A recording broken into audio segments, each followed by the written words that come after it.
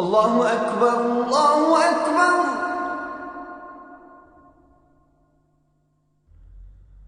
الله أكبر الله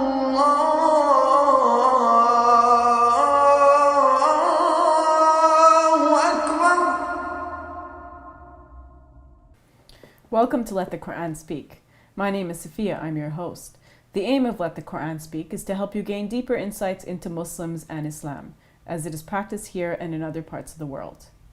In this episode, we'll be discussing a new study that links physical punishment of children with mental and personality disorders as well as drug and alcohol abuse. But before we get to that, we offer a primer on Ramadan. As you know, Ramadan has just begun, and Muslims observing this month may be wondering, what are the basics I should know? What breaks the fast? When does the fast begin and end? Are there other things besides fasting that I should do or avoid doing in keeping with the spirit of this month? With me to discuss Ramadan is Shabir Ali. He's the president of the Islamic Information Center in Toronto. Brother Shabir, welcome to Let the Quran Speak. Pleasure to be on. So we're in this blessed month. What is your advice for individuals, first of all? Well, the days are long, the nights are short, and of course the fasting is observed during the day. One should try to have a healthy breakfast to start out. This is actually recommended, and in fact it is interesting that in the Islamic tradition, blessings are mentioned for eating the suhoor. Of course, people want to eat because that's what we do as human beings, but in the Islamic faith, there is such a holistic approach to things that even eating in general for the good intention of sustaining one's body and keeping one's good health is a blessing, and when one gets blessings for eating, this is the interesting part of it. In the month of Ramadan in particular, the breakfast is recommended, is referred to as suhoor, and the Prophet, peace be upon him, has announced that God blesses people who eat this morning meal. So I guess one of the most common questions that we have during the month of Ramadan is, what breaks the fast? How do we determine what breaks the fast? Basically, the fast involves abstention from eating, drinking, and sexual gratification. So this, if one does any of these three things, then the fast is broken. In terms of eating or drinking, obviously, non-Muslims watching the show may be wondering, well, I mean, at least you can eat some things, right? Because some fasts in other religions may involve the abstention from meats, for example, but you can still have types of food, or certain types of foods, but you can still have others. And sometimes there's a fast from eating solid food, but you can still drink. And what is surprising to many people is that the Muslim fast involves a total abstinence from all food and drink. So is this the only religion that has this? There may be others as well, but I haven't investigated the issue from that perspective. But it is still surprising that, and it is still a unique feature of the Islamic faith, that we have for so many days in a row a total absence from food and drink. Of course, one is allowed to eat at night, and this needs to be clarified. So basically, on a short day, let's say if the fast occurred during the winter months, which soon enough will occur again, then basically you're missing a meal in the middle. You have your breakfast and you have your dinner, but you're missing lunch. In the summer days, it's a little bit more challenging because not only is the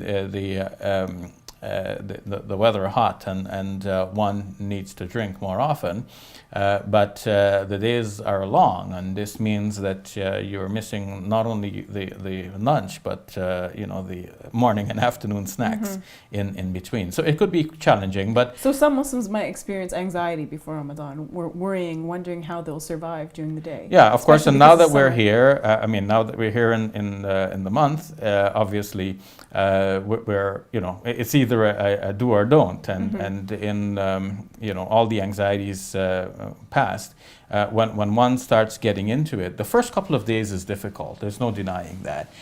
But then about 3 days into the fast, one develops a sort of a routine. And somehow, like, the body becomes trained to know what to expect, and the body doesn't expect food at a certain time, and you're able to live with this. Now, if one has been doing it year after year, then it becomes easier still, because now it becomes kind of routine mentally. And of course, there's a mind-body connection mentioned, the more we have a determined will to accomplish this, the more one is, the anxiety is overcome and one's whole system is left at ease, knowing that this is the routine. I'm going to eat at a certain time and not before that. What about somebody who just can't deal with the fast? It's too long, maybe it's too hot, maybe their work is too strenuous. What advice would you have for them? Yes, basically, as the Quran prescribes, the fast is for those who are able to do it. The Quran in Surah 2, verse 183, says that you should fast, but if you, وَعَلَى الَّذِينَ يُطِيقُونَهُ فِدْيَةٌ طَعَامُ مِسْكِينٍ. As for those who are not able to do it, or could do it but with great difficulty, the fidya, or the compensation for this, is the feeding of a poor person. So instead of fasting, a person who is too old to fast, or one who has a chronic or a permanent sort of physical illness that makes the fast unbearable or too difficult, or something that will aggravate the illness further, or, as you mentioned, somebody who has such a difficult job that it will be really physically too demanding for the person to fast, then instead of fasting, one would feed a poor person for each day of the fast. In the case of a person who is otherwise healthy, but is just constrained by his physical work at the moment, one could make up the days by fasting on other days, like off days, or when one has a holiday, or weekends, or something like this.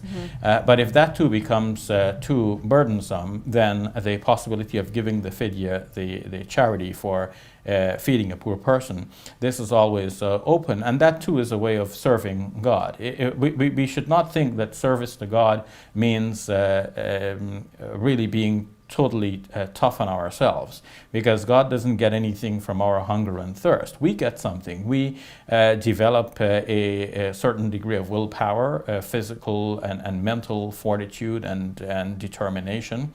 And we purify our souls of all of the inclinations that normally drive us towards evil things.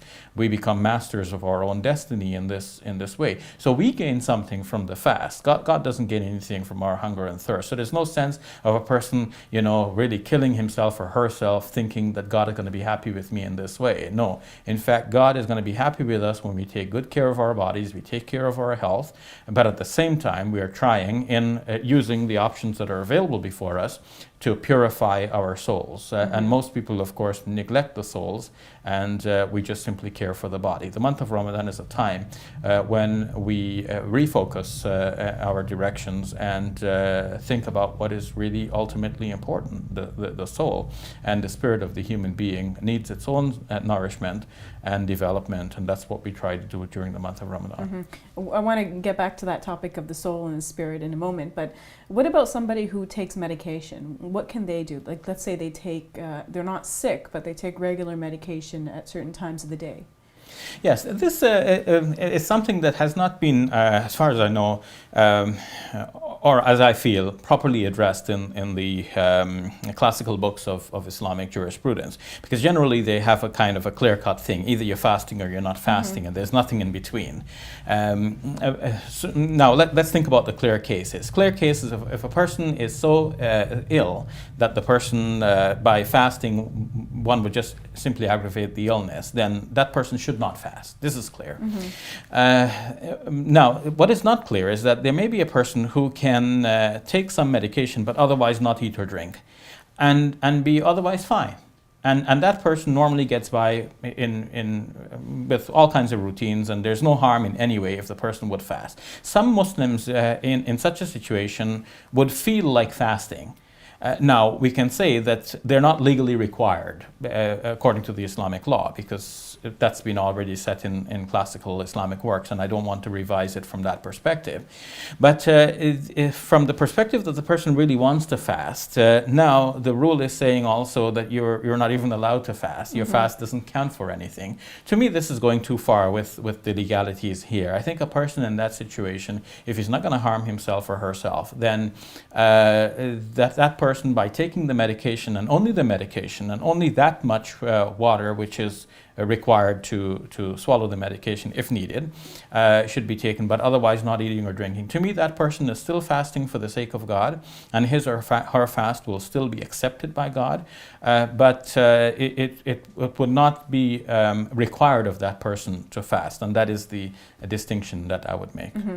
We're running out of time. We have a lot more to discuss, but very quickly, what are some do's and don'ts that beyond what we've discussed that you might want to talk about with relation to Ramadan? Well, we've talked a lot about the legalities here. We should talk about the spiritual aspect, because those are the formal aspects. Now, the spirit of the fast really requires avoiding all things that will displease God. So lying, cheating, backbiting, stealing, being unfaithful in any way in our dealings with other people and so on. All of this should be avoided. In a hadith, it is mentioned that the Prophet, peace be upon him, said that whoever does not give up the false speech and false acting, God has no need for such a person to give up his food or drink. All right, we'll leave it at that. Thank you for your time, Brother Shibir. You're welcome. We'll take a break. When we return, we look at discipline and punishment.